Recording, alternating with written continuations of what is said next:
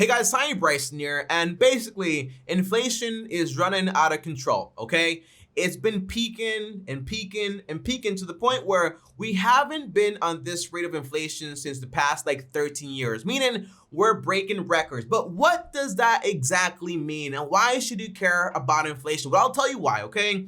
I went to Costco a few days ago, and the cost of food is no joke. I loaded up my car with like 4 to 7 items. I promise you, it was not more than 10 items. And I walked out of there, handed this lady somewhere around $100 bill. That is inflation. Same thing with Walmart, same thing with Uber Eats. Food as a whole is just getting very expensive. Consumer items are basically getting more expensive. And that's what inflation is. Whenever your dollar cannot no longer buy the same things that it could before. It's money losing its buying power. And that stuff is scary because if you have savings, guess what?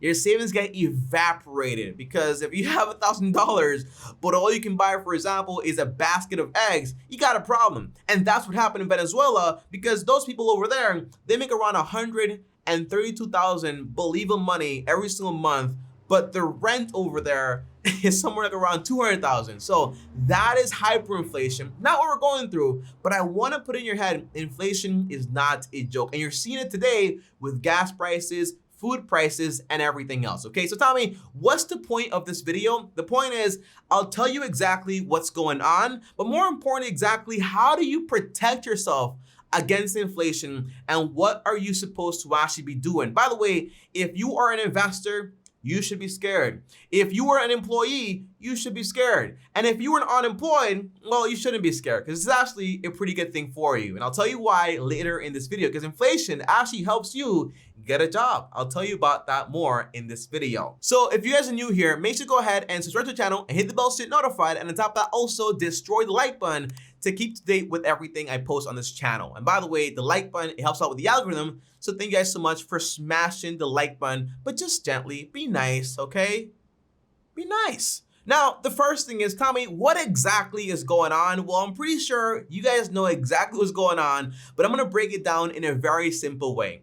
If I gave everyone in America a brick of gold, would gold be as valuable as it is? The answer is no, because there's so much gold in the market. And when you have so much of something, it becomes less valuable. So when you have, for example, the US government go ahead and basically put trillions of dollars into the economy, what happens then is basically, well, this currency right here is going to lose value. And not just that, right? Because it's not just the money they put out there, but it's also the restrictions where people can't really manufacture things they're supposed to manufacture. And when you have, for example, a lot of demand because everyone has money in their pocket, but not enough supply, what do? You have rising prices. And when you have that, my friends, you have the dollar losing buying power. And that is what we call inflation. And that is what's currently going on. So all you need to know is this: a lot of money was flooded into the US economy. That created a lot of demand because now you have more people with money in their pocket.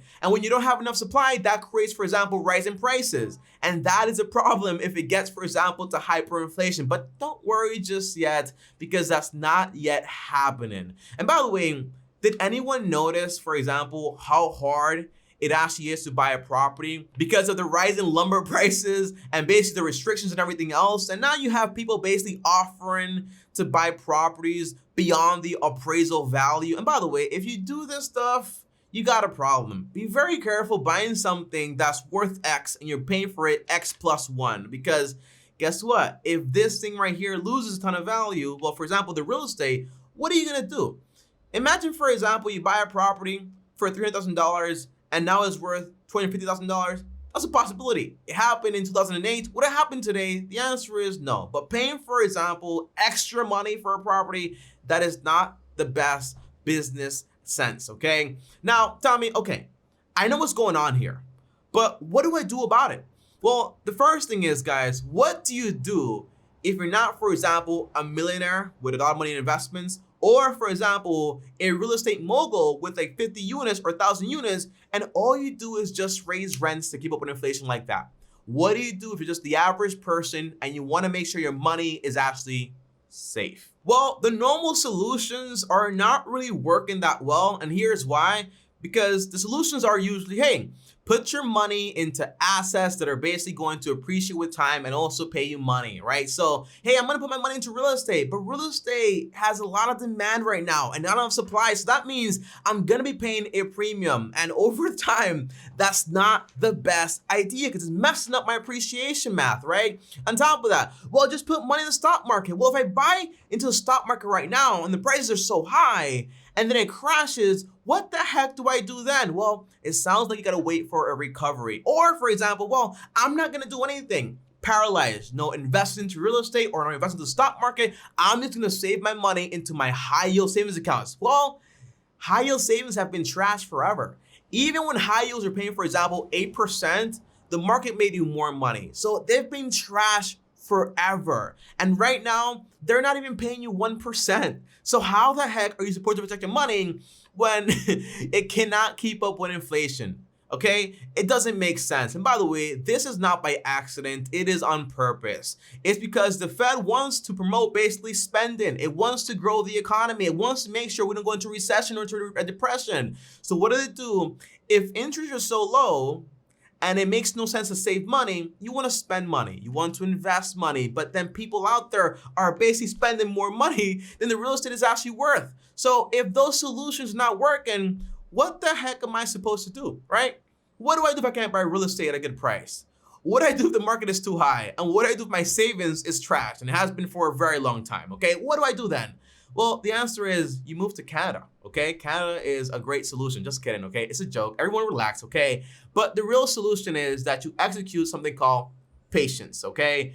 You play the game, don't let the game play you. Because the Fed wants you to spend money, but that doesn't mean you actually have to. So for example, although real estate prices are very high, doesn't mean 100% of the real estate market is overvalued. The answer is no. There are still a lot of good deals out there, and there are still people making a lot of great deals. So the idea is you slow down and you look for those good deals that fit your budget and also, for example, your math. On top of that, if the stock market is rising in prices, does that mean you stick out of it? The answer is no. That has never been a good idea. You never try to time the market. The market is not about timing the market. It's about time in the market. So what do?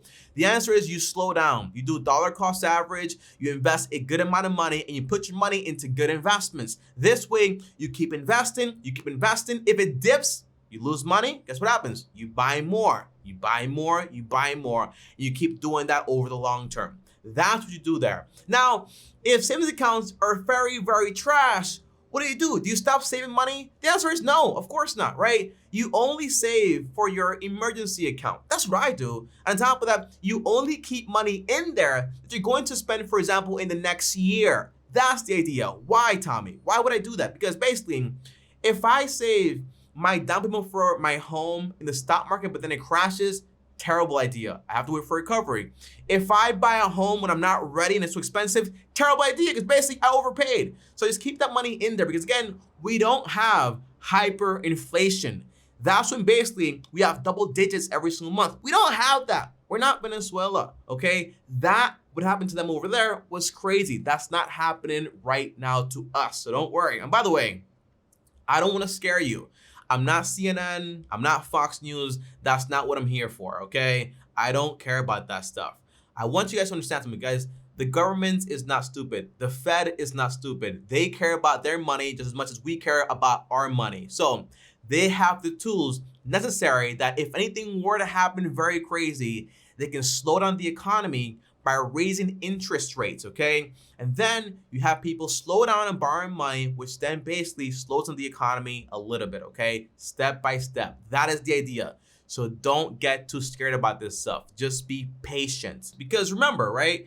If you make a mistake with a retirement account, that might mean you don't get to retire. You got to work at Walmart being, for example, a greeter. If you make a mistake with real estate, that means you might get stuck with a home that's not worth its true value and you're paying extra towards it. It's like buying something, you're financing a car that's not worth what it was worth originally. It sucks, okay? You don't want that feeling.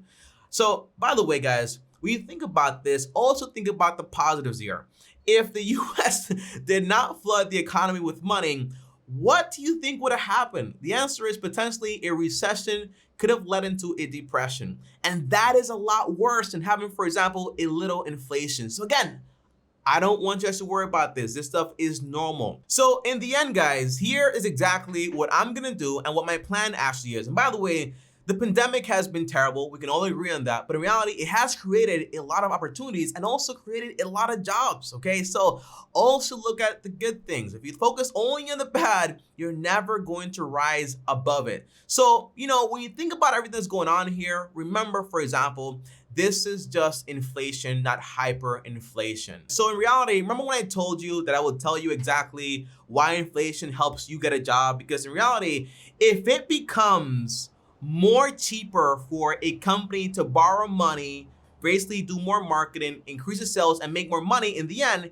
what happens is basically now they want to hire more employees. So if you have, for example, companies trying to hire more people, that basically solves your unemployment issue. So basically, inflation is not as bad as you think it is. It is a tactic that they use to basically help the economy actually grow. When it gets out of control, that is a problem. But currently, it is not the biggest problem you can possibly think of right now. And by the way, like my mentor says, Warren Buffett, if you want to be miserable and unhappy, the perfect thing to do is basically worry about the things you can't control.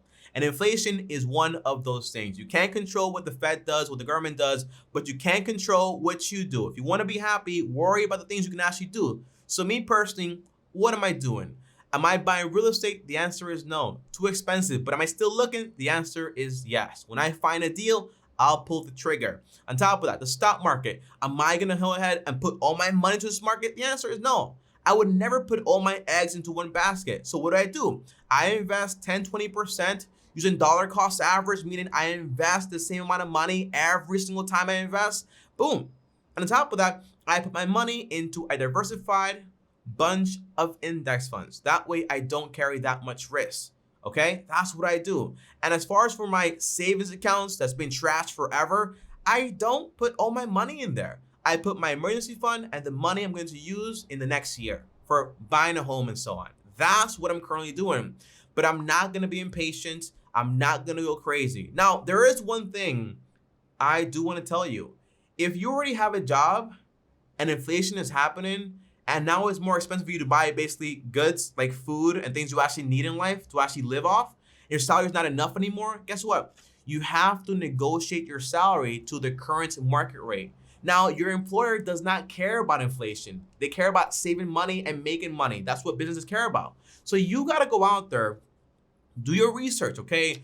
What is the current market rate of my salary? And you go to your employer and you try to get a raise. But don't go in there like this, like blind, don't know what to do. No, you do your research on how to ask for a raise, the good techniques. And by the way, Ramit Sethi has great advice on this stuff. Look up the guy on YouTube, Ramit Sethi, how to ask for a raise, how to negotiate a raise at your job. And that is going to help you out a ton.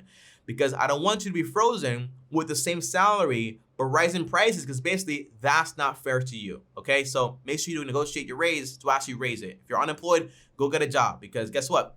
There are a lot of jobs now, and that is amazing. Unless you're like disabled, then that's crazy, but yeah.